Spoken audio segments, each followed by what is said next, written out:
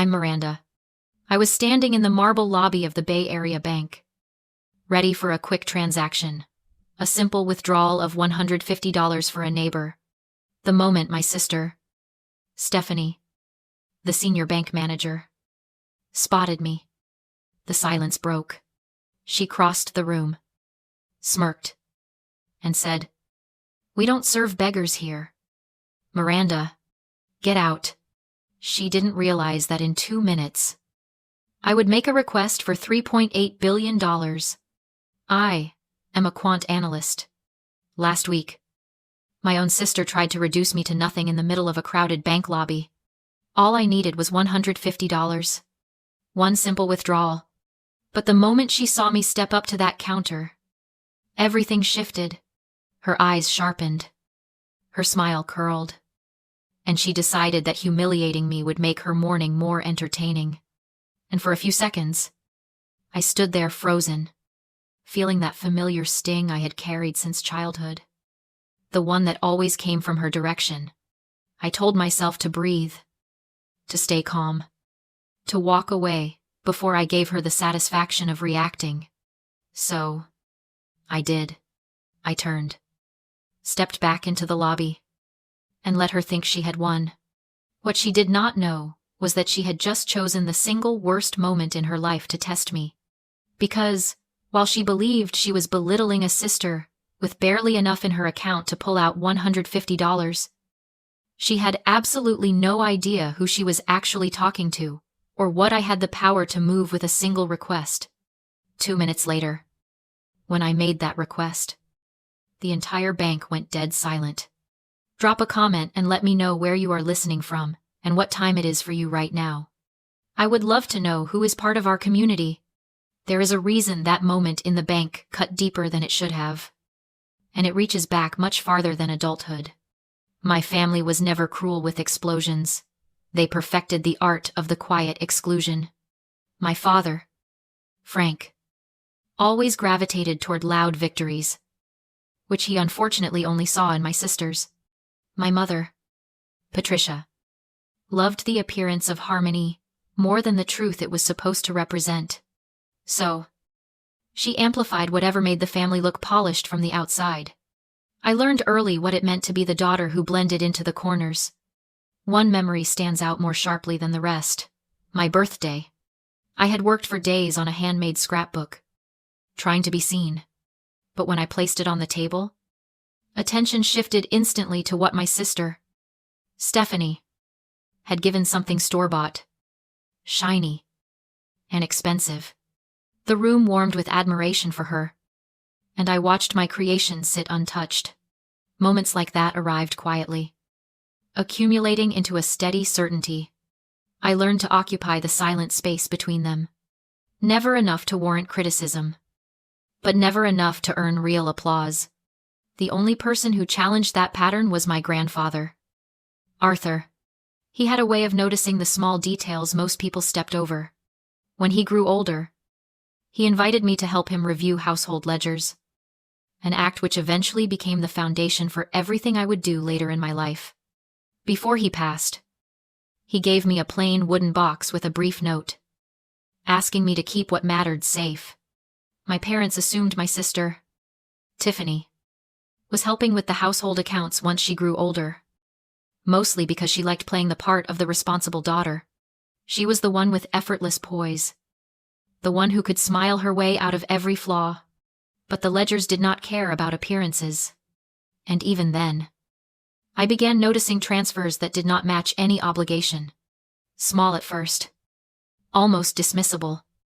The kind of discrepancies someone could brush away if they wanted to avoid ruining the mood.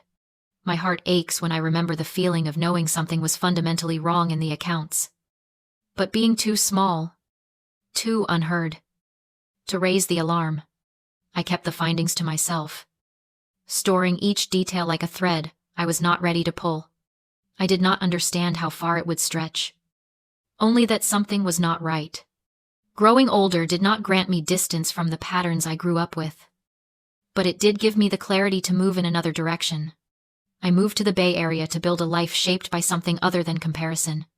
I started as an entry-level quant analyst, a role that required patience and long hours. I learned to identify inconsistencies faster than most. For the first time, ability mattered more than presentation. And that gave me a sense of stability I had never been offered at home. My initial silence was not a sign of weakness. It was an act of emotional triage, of survival. It was the only way to avoid the predictable explosion of their dismissal and preserve the tiny core of myself. Sometimes, when you have spent years navigating abuse, psychological or emotional, your survival instinct learns that confrontation is futile. It teaches you to absorb the blow, to stay small and quiet until the danger passes. You become a hostage in a prison without bars. That is what my silence was, not weakness, but the perfected tactic of a survivor waiting for the right moment to act. Choosing integrity over obligation. That moment arrived when I saw my elderly neighbor, Mrs. Evelyn, struggling to cover the cash deposit for a heating unit repair. I told her I would take care of it. It was a practical, measured, routine errand. The bank was only a short drive away, and I walked inside with the easy assumption that the transaction would take a minute or two. But the moment I stepped into that lobby, I saw Stephanie Hart, my sister and the senior bank manager, scanning the room as if it belonged to her. She didn't see me at first, which gave me a second to steady myself. When she finally spotted me, the look on her face shifted from irritation to the familiar judgment she never bothered to conceal. I stated my simple request for $150 plainly. Stephanie reacted as though I had asked for something outlandish. Her voice carried a certain performative sharpness, chosen specifically for the audience standing nearby. She directed her words toward the room, inviting strangers to witness the contrast she believed existed between her polished position and the sister she never took seriously. "We do not serve beggars here, Miranda," she said, loudly enough to draw attention. "Perhaps you should learn the value of maintaining an actual balance before you disrupt our teller's time." The sting came from the way she framed the moment, as if my mere presence disrupted the order she worked so hard to project. I didn't argue. I didn't explain. I stepped aside, letting her believe she had re-established whatever hierarchy she imagined existed between us. She returned to her station with a satisfied posture. Convinced the moment was closed, I sat down on one of the waiting chairs. Not out of defeat, but because I needed space to think. I opened my laptop, not caring whether anyone noticed. The familiar interface of the private investment engine Lucas and I built appeared with each keystroke. Seeing it reminded me of the life I had constructed far beyond the boundaries of moments like this. While Stephanie measured power in titles and posture, mine lived in the structure I carried with me, invisible to anyone who chose not to look deeper. Nothing dramatic happened in that instant. It was just a quiet recognition that the balance between us had never been what she believed. As I studied the data spread across my screen, the noise of the lobby faded until it became background texture, unimportant, and easily filtered out. I stayed seated for a moment longer, letting the screen settle in front of me, absorbing the numbers that had become so familiar they felt almost like pulse rhythms. The system was stable, steady, and entirely under my control. I did not have to make any dramatic gestures. I only needed to initiate a routine action that carried far more weight than anyone in that lobby could imagine. I initiated a standard withdrawal request, the kind usually made between institutional partners, not individuals. The system automatically generated the notice that would be sent to the regional office of the bank's parent corporation. Nothing about the process was dramatic. It was procedural, but the number attached to the request, $3.8 billion, did not pass through channels unnoticed. I saw the first sign of disruption in the immediate response. The system flagged the receiving institution for verification, not because of error, but because the size required executive-level clearance. Seconds later, the lobby's atmosphere shifted. Employees glanced toward their monitors with expressions that did not match normal workflow. Two tellers exchanged worried looks. Stephanie, from across the room, noticed the shift before she understood it. Her posture changed as she tried to assess the situation. A familiar tension formed in her shoulders. For a woman who thrived on control, uncertainty was something she could never mask. She moved toward the nearest employee, asking a low, insistent question. I watched her eyes narrow as the answer reached her. Not in detail, but in implication. Within minutes, a man in a tailored suit entered the lobby, carrying the energy of someone whose morning had been abruptly rerouted. He scanned the room with deliberate efficiency until his gaze stopped on me. Then he approached, with a measured calm that contrasted sharply with the growing unease around him. He extended his hand and introduced himself as Daniel Cho, the regional director overseeing the bank's operations. It was the first time I had met him, yet the respect in his tone was unmistakable. He did not ask why I was there or question the legitimacy of the transaction. He only asked whether I preferred to speak privately. His professionalism carried the weight of someone who recognized the significance of the request I had submitted. Stephanie's reaction unfolded slowly and painfully. She looked from Daniel to me, her confusion deepening with each detail she failed to connect. The hierarchy she understood suddenly shifted, and she struggled to place herself within the new structure. Her authority, which had felt so secure only an hour earlier, no longer anchored her. Daniel asked if I needed anything else before he stepped away to coordinate the transfer. I told him no, keeping my voice even. I did not need to raise it or emphasize anything. The transaction spoke for itself. He nodded once, acknowledging that clarity, then left the lobby to notify the corporate office. Silence filled the space he left behind. No one knew exactly what had happened, but they sensed the imbalance. Stephanie remained still, caught in an internal conflict she could not resolve quickly enough. I did not offer explanation or comfort. I simply closed my laptop, placed it in my bag, and stood. Nothing I had done was impulsive or emotional. It was an administrative decision executed through the channels built for such purposes. But in that room, surrounded by people who measured influence by title or uniform, the impact reshaped everything they believed about power and proximity. And without a single confrontation, the dynamic that once defined my place in that family began to fracture in silence. The transition from disruption to consequence happened with a steadiness that left no room for misinterpretation.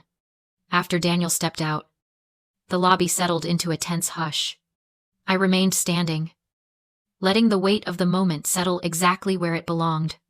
Minutes later, Daniel returned and motioned for me to follow him. He led me toward the glass-walled office that belonged to Stephanie Hart. Its door, still slightly ajar from her rushed movements earlier. The expression on her face had hardened into something brittle, part disbelief, part dread. She stepped aside as we entered, though her hesitation revealed how little control she felt over her own space. Daniel closed the door behind us and took a position near the desk. He carried a folder containing documentation of the transfer request, along with system logs confirming the origin and scale of the transaction. He simply placed them on the desk as though handling any other matter requiring his oversight. That composure made the situation even clearer. The bank's attention had moved entirely away from Stephanie's authority and toward the person she had dismissed without a second thought. I sat calmly across from Stephanie, as Daniel explained that my request had triggered the bank's highest level of internal review. The system flagged the branch for procedural risk, no need to say whose behavior caused it.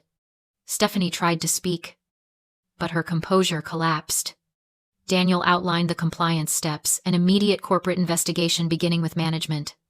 The implication was clear. Stephanie was at the center. When he asked whether I had further concerns, I simply stated that I expected accuracy and accountability. He acknowledged it, then informed Stephanie she was being placed on administrative leave. Her face moved from shock to fear. For someone whose identity relied entirely on status, losing her title meant losing everything. Daniel ended the meeting with a respectful nod and left us alone. Stephanie stared at me, realizing her sense of power had always been fragile. I left the office without a word, feeling the clarity that arrives when long-standing patterns finally end. My phone buzzed non-stop as I reached the parking lot, panic spreading through my family. I ignored the calls until my mother pleaded for an in-person meeting. I told her to bring everyone. That evening, my parents and my sister Tiffany arrived, uneasy as they stepped into my home. After we sat at the dining table, my father asked for my explanation, expecting justification. Instead, I slid a folder toward him, documents tracing Tiffany's 2-year pattern of siphoning money from my grandfather Arthur's care fund into a fake vendor account. The evidence was undeniable. Tiffany offered excuses, but they collapsed under the facts. My mother tried to soften the truth, but it stood on its own. I spoke steadily, without anger. When the silence settled, I told them I was stepping away from the family structure that had only valued what I provided. My father urged reconsideration. My mother begged for unity. But my decision was final. I informed them future communication would go through legal channels. "You have never seen me," I said. "This family dynamic ends now." They left in stunned resignation. In the days that followed, Stephanie lost her position, and Tiffany faced legal and disciplinary consequences. My parents struggled with the suddenly exposed truth. I focused instead on building something meaningful. I created the Arthur Hayes Foundation to support elderly people without family care, choosing growth over revenge. I didn't destroy Tiffany or Stephanie. I simply stepped out of their reach. There are 2 kinds of justice, one that punishes, and one that plants seeds. I chose the second. I surrounded myself with people who value integrity, not performance. The real lesson was not about wealth, but about choosing peace over patterns and self-respect over obligation. One evening, standing in my Bay Area apartment as the sun set, I finally felt seen by myself. Thank you for listening.